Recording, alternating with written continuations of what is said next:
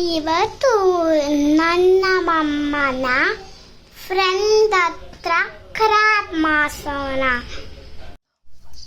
ನಾವು ಫಸ್ಟು ಅದನ್ನ ಕ್ಲೀನ್ ಮಾಡಿಸ್ಕೊಳೋಣ.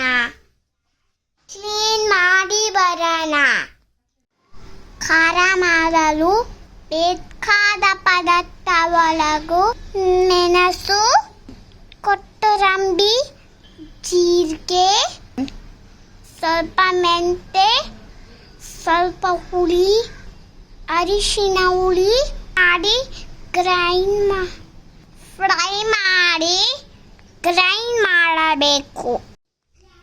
ಬನ್ನಿ ಈಗ ಒಗ್ಗರಣೆ ಹಾಕೋಣ.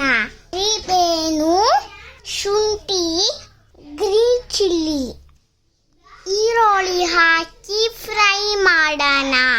ಟೊಮೆಟೊ ಫ್ರೈ ಆದಮೇಲೆ ಕ್ರ್ಯಾಬ್ ಹಾಕಿ ಫ್ರೈ ಮಾಡೋಣ. ಉಪ್ಪು, ಸ್ವಲ್ಪ ಅರಿಶಿನ ಹುಳಿ ಹಾಕಿನ ಬೇಯಿಸಿಡೋದು. ಖಾರ ಹಾಕಿ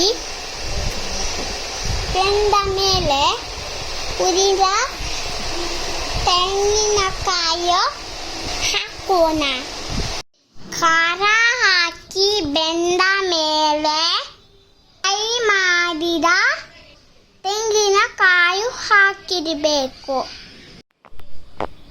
dream girl channel like, share and subscribe ಮಾಡಿ.